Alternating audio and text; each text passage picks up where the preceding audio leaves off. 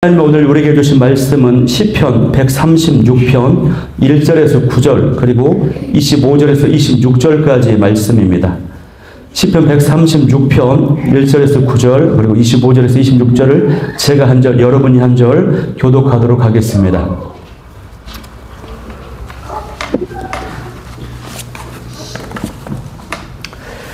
여호와께 감사하라. 그는 선하시며 그 인자하심이 영원하미로다. 이들 중에 뛰어난 하나님께 감사하라. 그 인자하심이 영원하미로다. 주들 중에 뛰어난 주께 감사하라. 그 인자하심이 영원하미로다. 홀로 그 기이한 일을 하신 이에게 감사하라. 그 인자하심이 영원하미로다. 지혜로 하늘을 지으신 이에게 감사하라. 그 인자하심이 영원하미로다. 땅을 우리의 미친 이에게 감사하라. 그 인자하심이 영원하미로다.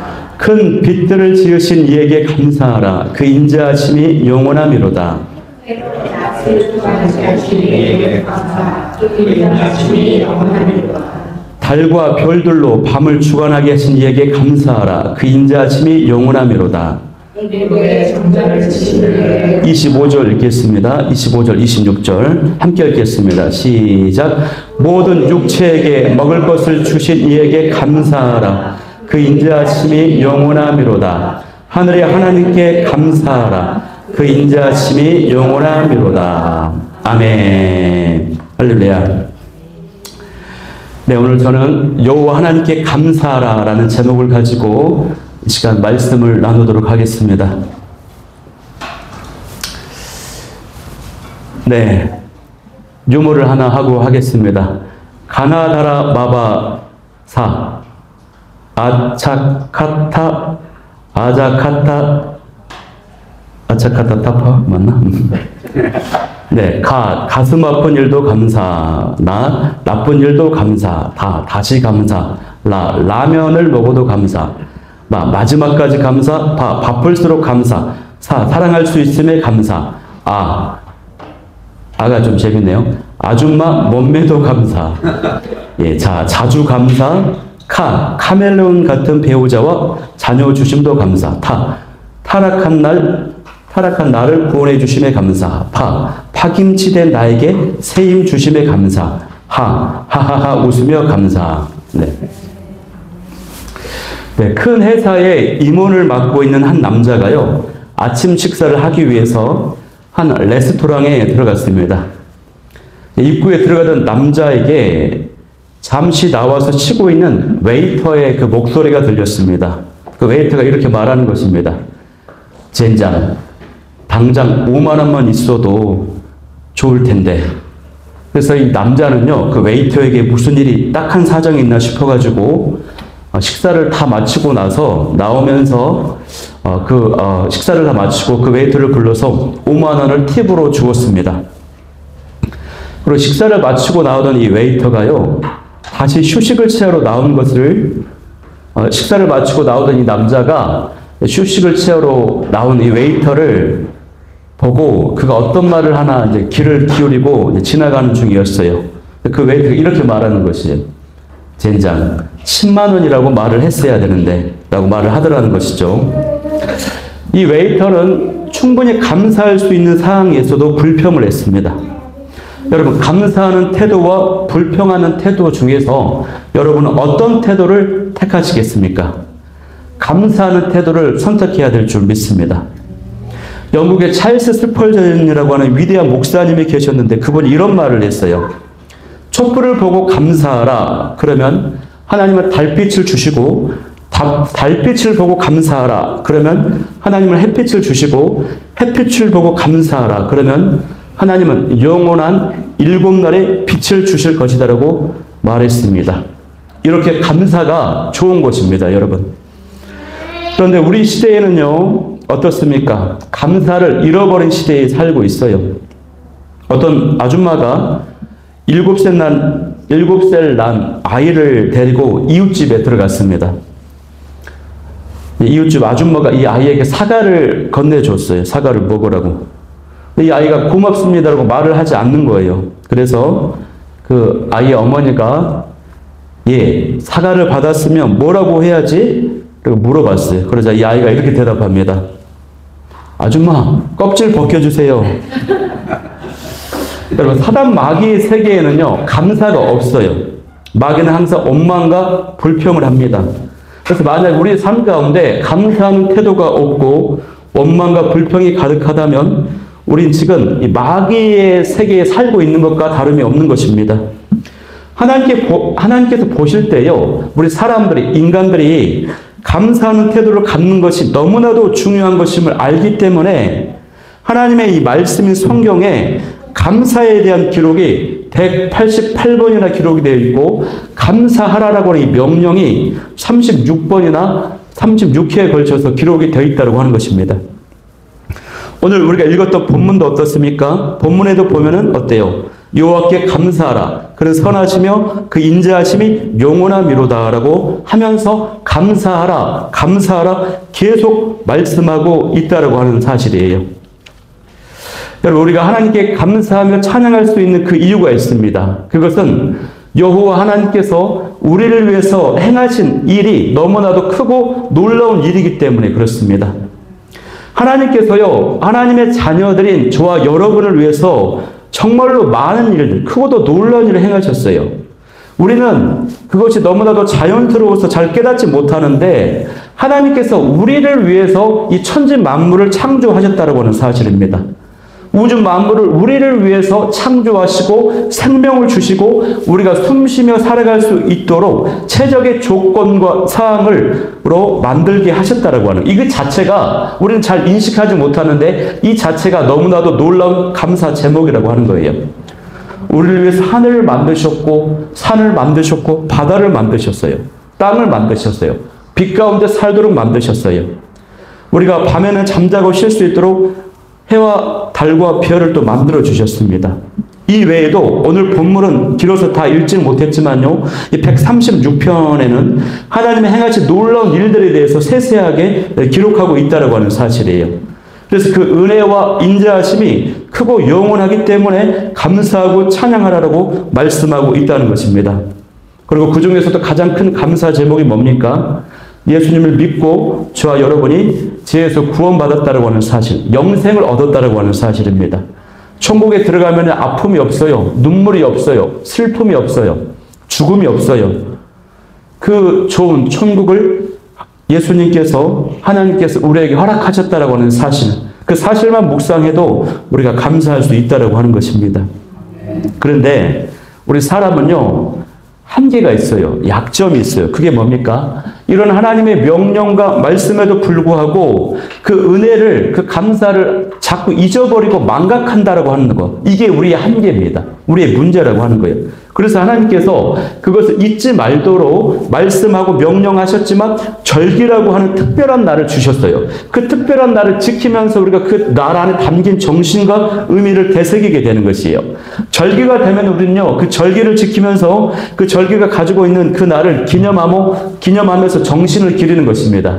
예를 들면 강복절은 어떻습니까? 대한민국 강복절에는요, 우리나라가 일제 식민지 시대에서 생활에서 벗어나서 강복, 자유를 맞이한 날을 기념하고 기뻐하는 것입니다. 그날에는 우리가 애국심이 생겨요. 그날에는 우리가 독립을 위해서 운동했던 그 사람들을 기리는 것입니다. 기념하는 것입니다. 그리고 나라의 소중함을 마음에 새기는 것입니다. 이렇게 해서 하나님께서 절기를 주신 이유는 절기를 통해서 그 절기가 가지고 있는 그 날, 그 의미를 특별히 마음에 새기라고 하는 것이에요. 그래서 하나님께서요, 많은 절기들을 주셨는데 그 절기 중에서 감사의 의미가 담긴 그 절기를 지킬 수 있도록 절기를 주셨어요. 그 감사의 정신이 가득 담겨져 있는 그 절기가 바로 초막절이라고 하는 절기입니다. 이 초막절은요, 한 해 농사를 마치고 얻은 곡식의 추수와 열매를 하나님께 드리면서 제물을 드리고 축제를 벌이며 예물 드리고 예배를 드리는 시간이에요. 이 초막은요, 낮에는 더위를 가려주고 밤에는 추위를 막아주는 역할을 합니다. 이 초막은 이스라엘 백성들이 광야 생활을 할 때에 지켜주는 하나님의 그 은혜를 상징하는 것입니다. 하나님의 보호를 상징하는 것이 이 초막이에요. 또 또 이것은 오늘날 하나님께서 지켜주시고 돌보아주시고 인도해 주신 것에 대한 감사를 드리는 것입니다, 여러분. 그러면 오늘이 무슨 날입니까? 추수감사절. 추수감사절의 절기가 그 정신이 이 초막절과 맞닿아 있어요. 근데 이게 구체적으로 오늘날 현대적 의미의 추수감사절이 되었던 그 배경을 한번 살펴보면 그 배경은요, 기독교 국가인 미국의 역사적 배경과 관련이 되어 있어요. 1620년경에 영국에서 신앙의 자유를 찾기 위해서 100여 명이 넘는 청교도 성도들, 신앙을 지닌 사람들이 대서양을 건너서 신대륙에 도착했습니다. 미국 땅에 도착을 했어요.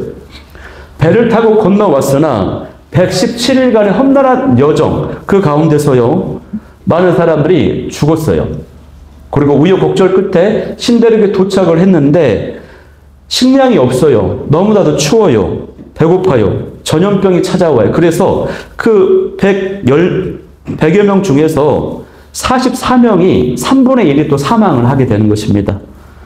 그래도 그 인고의설을 겪으면서 자신들이 준비한 씨앗을 그 땅에 심었습니다. 근데 그 씨앗이 그 토양하고 맞지 않아, 토질이. 그래가지고 열매가 맺지를 못했어요.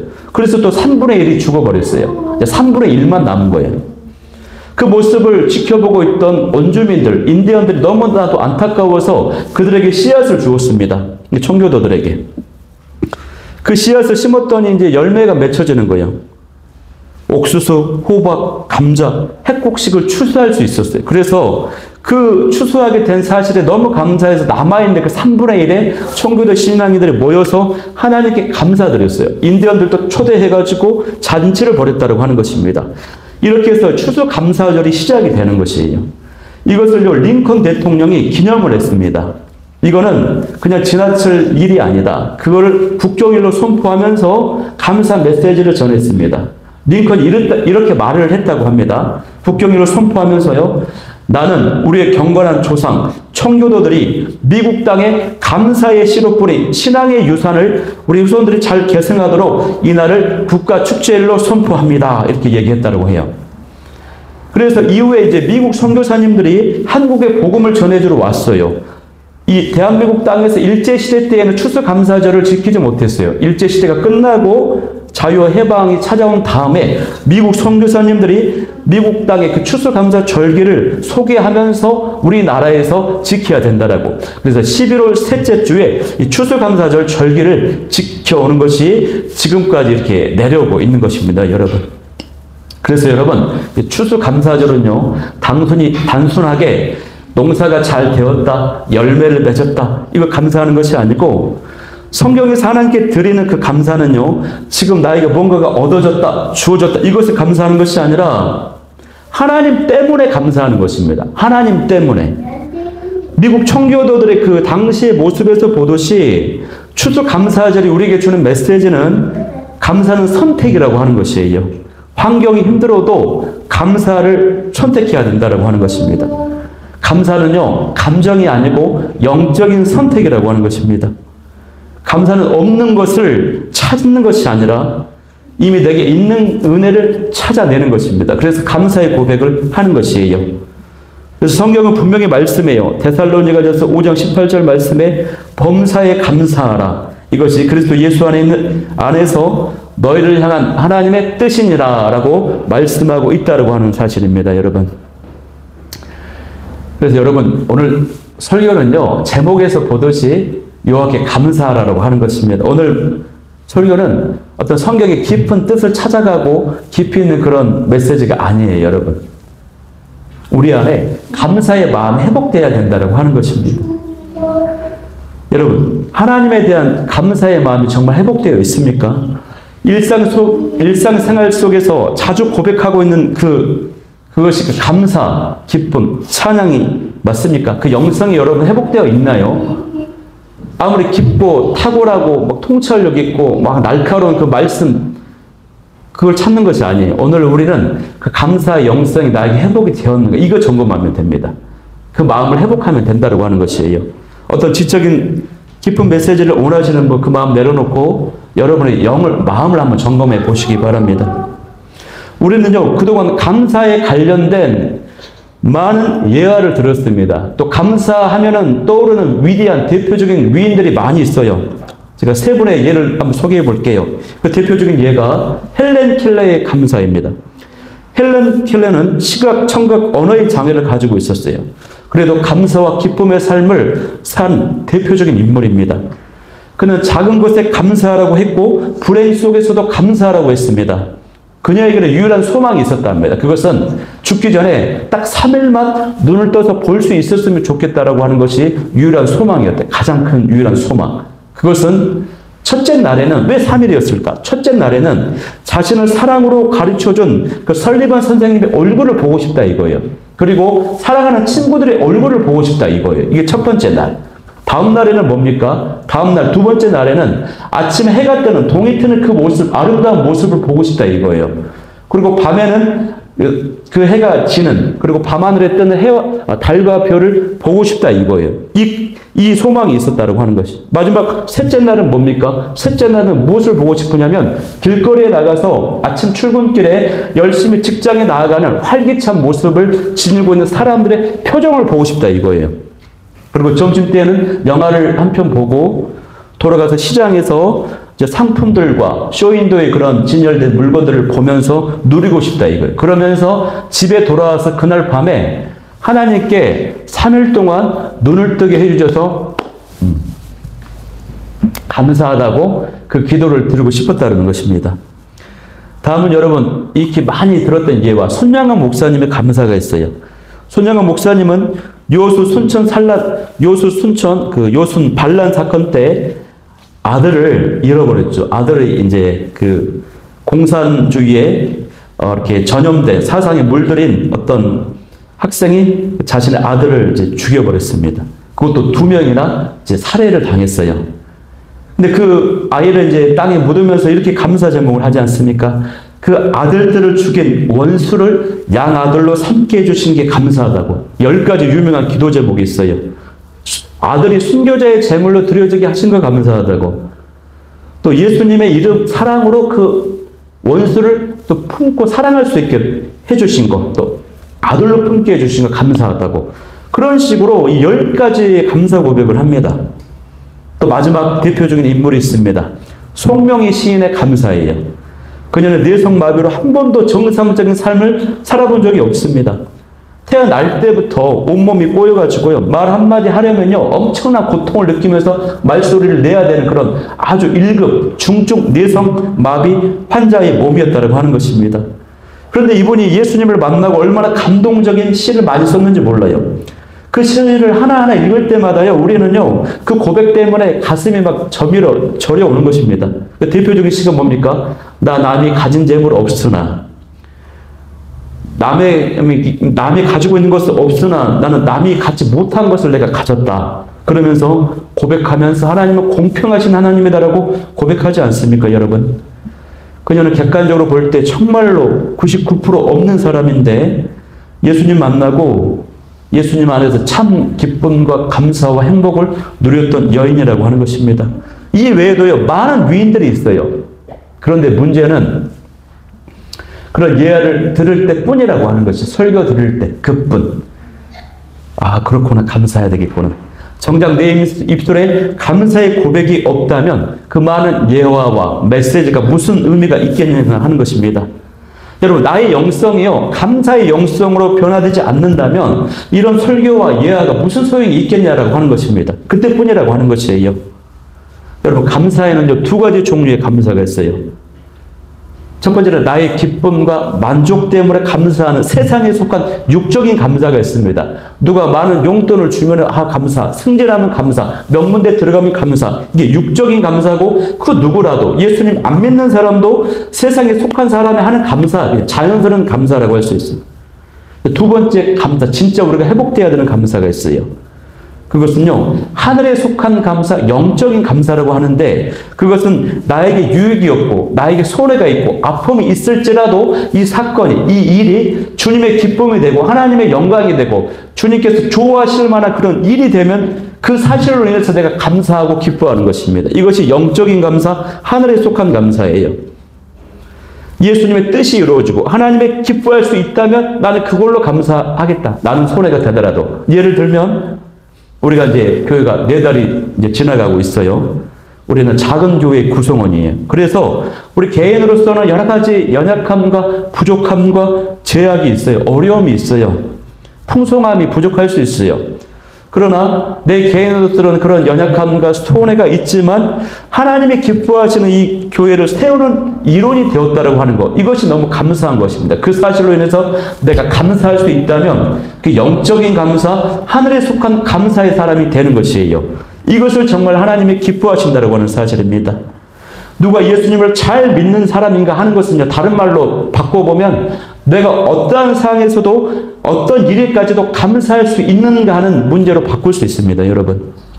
헬라어로 보면요, 이 감사와 기쁨이 같은 어원에서 시작이 됐어요. 그래서 우리가 하나님께서는 감사하는 자에게 기쁨을 주신다고 하는 사실입니다. 우리가 감사하면요, 기쁨이 따라오게 된다고 하는 사실이에요.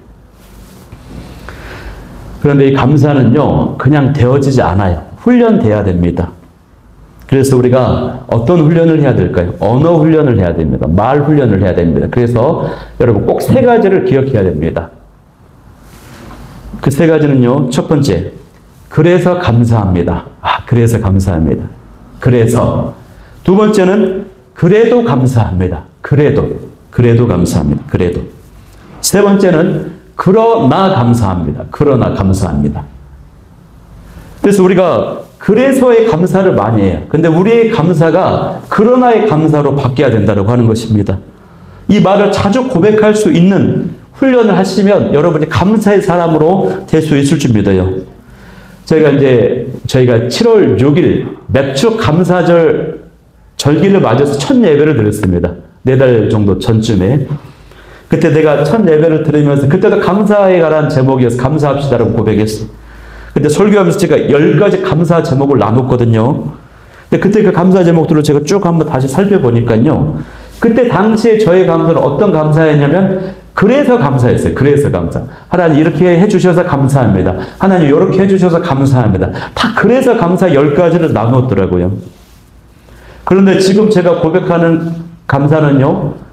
그래도 그러나의 감사로 바뀌었어요. 지금 새벽 예배에 함께하는 예배자가 없거든요. 한 명도. 그래도 감사합니다. 10월까지 제가 기도했던 그 기도 제목들이 있는데 응답이 아직 되지 않았어요.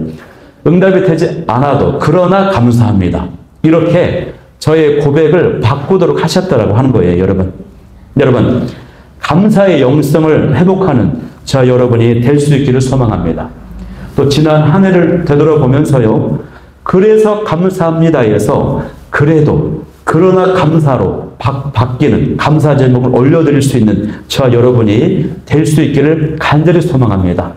그래서 오늘 이 말씀을 붙잡고 기도할 3가지 기도 제목은요. 첫 번째, 하나님의 은혜를 기억하며 감사하는 마음이 회복되게 도와주옵소서. 두 번째는 환경이 아니라 영적 선택으로 감사하는 영성을 갖게 하여 주옵소서. 세 번째는 감사 훈련을 통해 그러나 감사합니다의 사람이 되게 하여 주옵소서. 이 기도 제목 가지고 나아가도록 하겠습니다.